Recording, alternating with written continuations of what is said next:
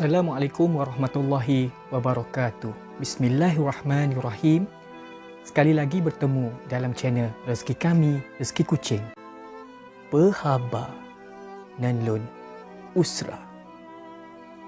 Dan pada kali ini, saya ingin membuat satu reaction daripada satu video yang sejak akhir-akhir ini jelas sekali diperkatakan mengenai satu perkara yang berlaku di Aceh Utara, dan ternyata ramai daripada kalangan saudara kita yang inginkan saya untuk membuat reaction mengenai video mengenai saudara Rohingya yang terkapar-kapar di lautan, dan kini menjadi tumpuan dunia apabila saudara daripada Aceh yang bertindak menyelamatkan bangsa serta saudara Rohingya ini.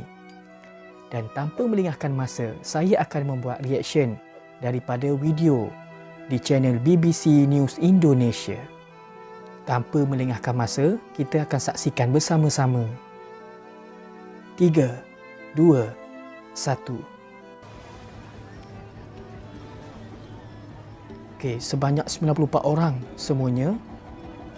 Terdiri 15 orang lelaki-lelaki, 49 perempuan dan 30 orang kanak-kanak yang diselamatkan oleh nelayan Aceh. Mereka ditemukan oleh nelayan saat dikatakan bot itu hampir tenggelam, guys.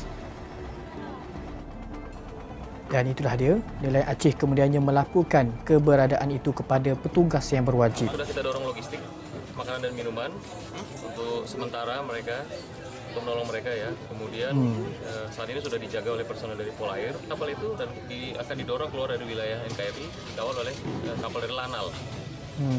Angkatan Laut. Demikian. Enggak dibawa ke darat gitu? Ya, keputusan kita itu tidak dibawa ke darat. Okey. Ramai sekali ya di dalam bot ini. Oh, ternyata warga di situ mendesak supaya pengungsi dibawa naik ke darat. Kami tidak bisa ambil suatu keputusan. Ini kan memang antisipasi semua. Oh, ternyata warga ini tetap mendesak atas alasan kemanusiaan. Oh. Betul. Himalaya itulah. Hanya dia itulah. Terima. Itu ternyata mereka tetap ingin menjemput saudara yang terkapar-kapar di lautan. Masya Allah. Nyai betul darat kena. Kamu membantu bina kemampuan. Masya Allah, guys. Bantu pemerintah. Mentagumbu melemok lepo. Mak Masya Allah. Mereka sanggup memasak, guys. Memberi makan mereka. Mampu, insyaAllah mampu. Masya Allah. Memang mereka nggak diturunin ke darat, apa nih yang diambil langkah masyarakatnya apa nih? Tergantung masyarakat. Kami jemput sendirilah. Kami yang akan jemput ke laut. Masya Allah, guys. Nyata mulia sekali sikap yang ada pada masyarakat Aceh. Subhanallah. Sekarang ni mereka cuba untuk menggunakan kapal nelayan untuk menarik saudara ini ke daratan. Oh, mereka kemudiannya akan menjalani rawatan pemeriksaan corona, dan ternyata hasilnya semua negatif, guys. Masya Allah, sangat kasihan sekali mereka. Lihatan mereka kelaparan dan kepenatan, dan tidak diketahui apakah motif mereka datang ke sana.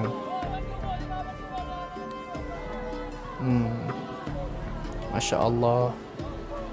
Apapun sikap daripada masyarakat Aceh sebenarnya dipandang dunia kerana sanggup mengambil risiko walau mengetahui bahawa pandemik COVID-19 masih lagi belum berakhir. Dan itulah videonya daripada BBC News Indonesia. Dan apa yang boleh saya katakan adalah inilah sikap yang luar biasa yang ada pada masyarakat Aceh, yang mungkin inilah istimewanya mereka yang sentiasa membantu walau mereka juga dalam keadaan yang mungkin tidak terlalu mewah, tetapi itulah mereka mementingkan persaudaraan, mereka mementingkan kemanusiaan. apa yang boleh saya komen, terlebih dahulu saya memohon maaf. Ini bukan untuk memprovokasi mana-mana pihak, dan apa yang boleh saya perkatakan, ini adalah antara sikap yang perlu dicontohi oleh kita semua.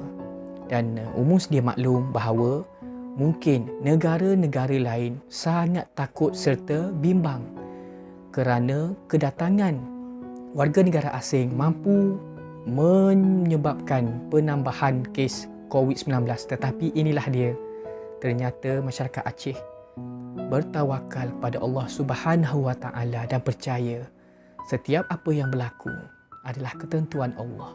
Dan apa-apa pun itu sahaja perkongsian pada kali ini, dan insya-Allah kita akan bertemu lagi di video akan datang. Saya mohon maaf sekiranya terdapat kesilapan pada video kali ini. Assalamualaikum warahmatullahi wabarakatuh.